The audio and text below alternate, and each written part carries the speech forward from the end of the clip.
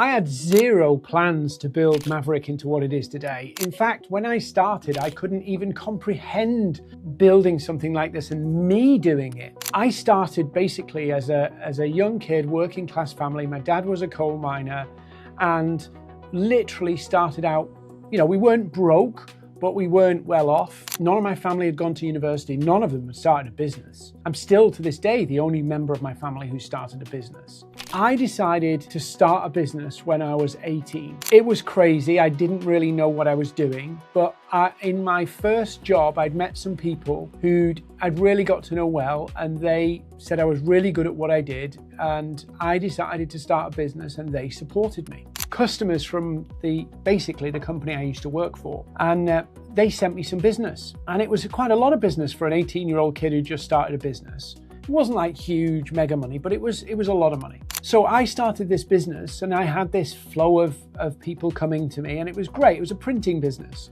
and I was really excited about it, but there was a lot I didn't understand about business. A lot I didn't understand, and I was very naive about some things. And the one big thing I was naive about was how I was going to get more business. Because I had this flow coming, everything felt fine. I was making money. I was earning a living. It was great.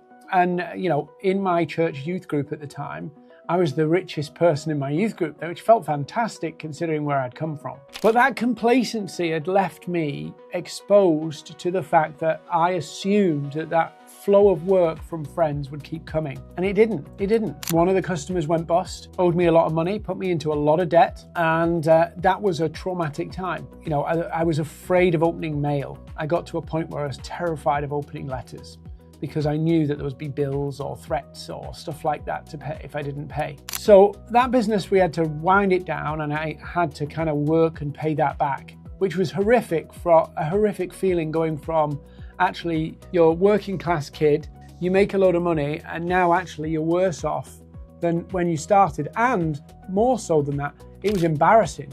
It was humiliating, because my identity was wrapped up in what I did. So I had to get a job. And I actually got a job working for somebody who actually I owed money to. And I worked off that debt, became a salesperson, and actually was a really good salesperson, albeit I wouldn't do cold calling and didn't really do sales in the way that most people do. I hated cold calling, and I really didn't do sales in the way that people thought. And actually I ended up getting the sales and marketing manager title because I was basically marketing and selling at the same time. And that business went from $500,000 to $2 million when I left. Went to another company and adopted the same approach. In that first year, I did £1 million worth of new business by adopting the same strategy. So after doing that, I realized that my mistake in my business was that I didn't put the processes and systems in place, and I didn't really know what made people buy. But working for somebody else gave me that perspective, because I had a fixed product. I understood why that product, understood why people bought it, and then just went out and sold it, albeit through unconventional means. Back then it was unconventional. Today it's like gold standard behavior. And I decided to launch another business. Quit my job, launched a new business, and that one went to 350,000, the biggest business I've ever run in 2 years. Sold that business and then started to work for a church. So I worked for a church for a little while, did that because a very mission orientated person, and then decided to launch my own business again. And I took everything I'd learned that far and deployed it for clients. The tricky bit was I couldn't decide what I was selling. I could sell 3 things, 4 things, and that created a ton of confusion for me. And I stumbled around for a while because I couldn't lock on to what was I selling and who was I selling it to. I was trying to sell to too many people all at once, and that confused me, confused the message, confused the process, and I found that difficult. But then I stumbled on a project, actually through a referral, got onto this project to basically fill Wembley Stadium with social media. Now, this is in the early days of social media, and I had no budget to do it, and I only got paid on commission. But I thought, let's do it. So I did it, and I sold 38,532 tickets organically on social media in 6 weeks, which was unheard of back then. So I sold all those tickets organically through social media. And then this company came on to me and said, Dean, we like your style. Would you come and work for us? This company had been around for 20 years.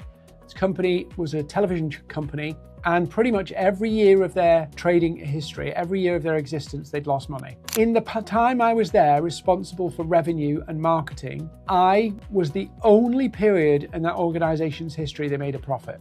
They made a surplus. And one year they made a $1 million surplus. So all of that stuff that I'd learned, that first business, was actually the proving ground to teach me a lesson. I didn't like the lesson, that I then adapted through my whole journey to the point where literally 13 years after starting that first business, I was working in a global company traveling the world and made them £1 million surplus. That is a crazy journey. But when I look back, all the same principles are in place. So fast forward to 2014, I launched MAVERRIK. Different spelling back then, and we launched an advertising agency, a marketing agency, and we grow relatively quickly to $500,000 turnover as a marketing agency.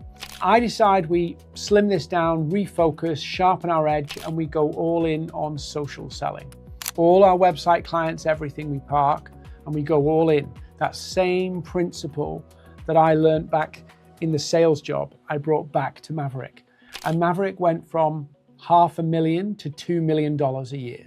And on that journey, people said, Dean, how do you teach this? How do you do this? How do you do it? Because you don't seem to need all the things that people tell you to need. Paid ads, a big following, big viral content, pushy pitches and high volume pushy pitches. Because I've focused on resonance over reach, high value, low volume. And that's been my story. And one of the great things about what I do now is I travel the world helping people install this system into their business. So they're not reliant on referrals and they're not reliant on aggressive outreach. And it's a more sustainable way to build a business. So I do all of that. I've coached more than 500 business owners one-to-one. And every year I train and speak to tens of thousands of people. And this all came from a mistake I made when I was 18 years old. And I just love what I do because in one sense, my why as a person is actually helping the 18-year-old me. Now, I rarely meet 18-year-olds at my events. Often they're people who've left corporate and started a business. They're usually a little bit older. But I do have young people who come up to me and say, I want to start a business. What would I do? And I'd say the same thing. Focus on one problem, one audience, one offer, one message, one process. And I say that to them all the time because it is the fastest route to actually making money.